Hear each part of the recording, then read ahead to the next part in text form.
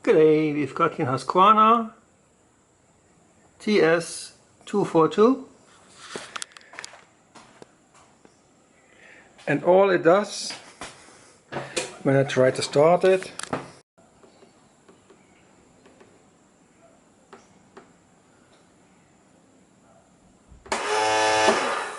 see, that's all. And that's not any good if I want to cut the grass, is it? So, check what's under the hood. Bit of plastic crap.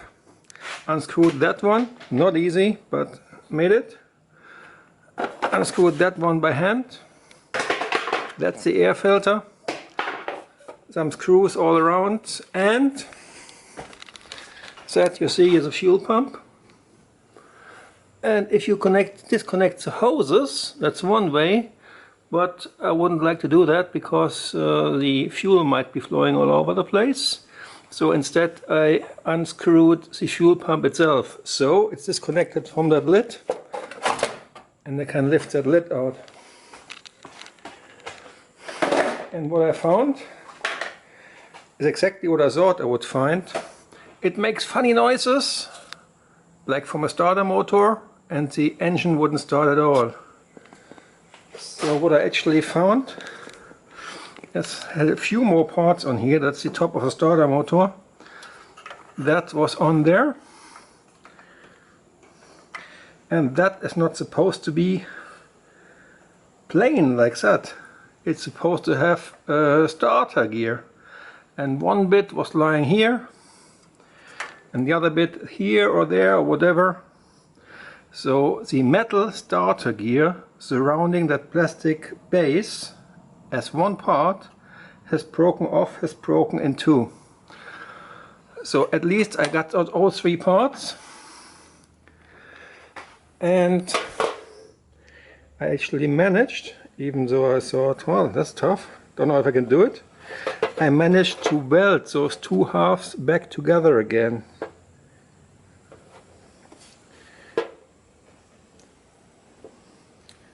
And filed it off again with a hand file in the center, and I used an angle grinder around to have a plain surface again.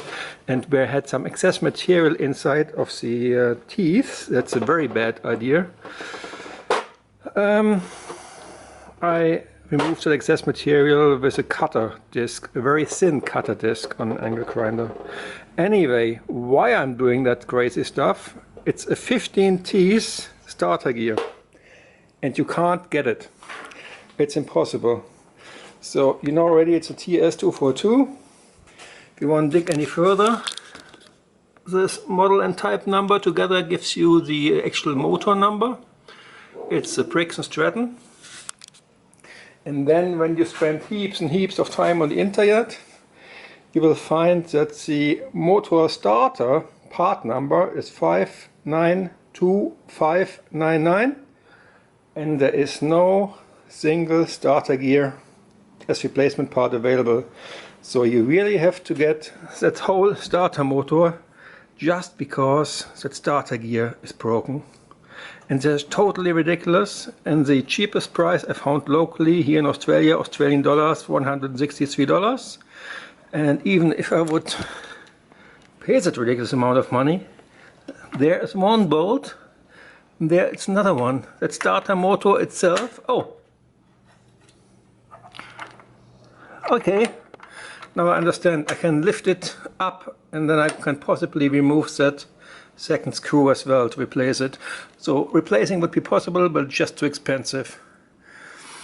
So that's because I can't buy it. I weld that part back together again and see where we're going. And before I started trying to find that fault on my ride-on mower, I checked the YouTube channel, and there are all kinds of reasons why this ride-on mower model wouldn't start.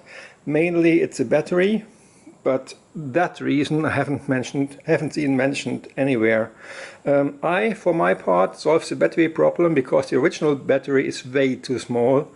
So I threw out that plastic crate and cut a new crate and welded a new crate out of the cover lid of an old CD player.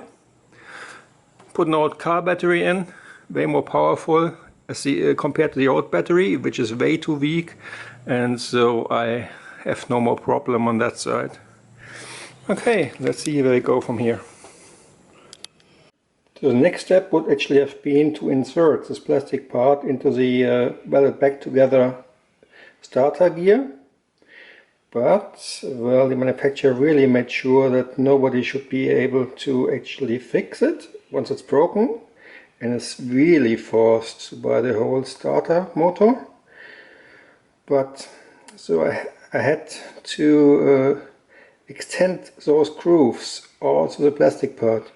You see, before there was only a little hole here, little hole here. I had to cut grooves with a thin plate of a cutting disc on an angle grinder. So I modified that part, and now I hope I would be able to just force it into the metal gear. Oh, and I got heaps and heaps of metal and plastic gears to buy on their own on the internet, as long as I want to have 14 Ts and 16 Ts for Briggs and Stratton, but not 15 Ts. I cut those grooves a second time, this time a little bit neater. Put a bit of WD-40 on, and as you can see, the two parts are now pressed together in a vise. The plastic base with the metal gear around, and now I will press the two parts together, and I hope then Bob's your uncle. And as you can see in the background, something I'm doing at the same time currently, it's I'm swapping the head gasket of my van.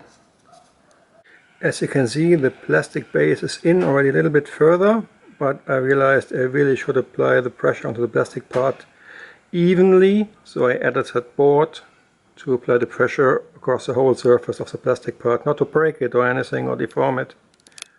Nearly there, not much more to go. So hey, here we are, success. It's one again.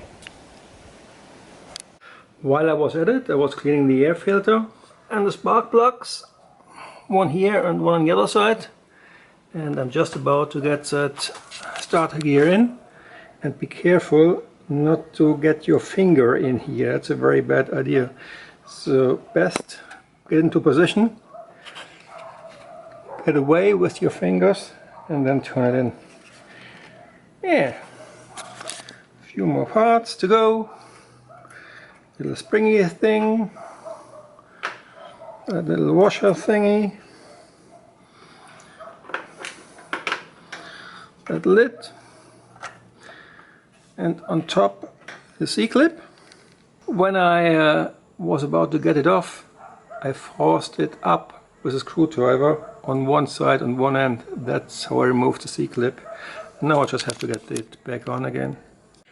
It took me a few attempts to get that C-clip back on, but the solution I came up with, and which worked for me, was I used a pair of plumber's pliers on top and I hammered it back on.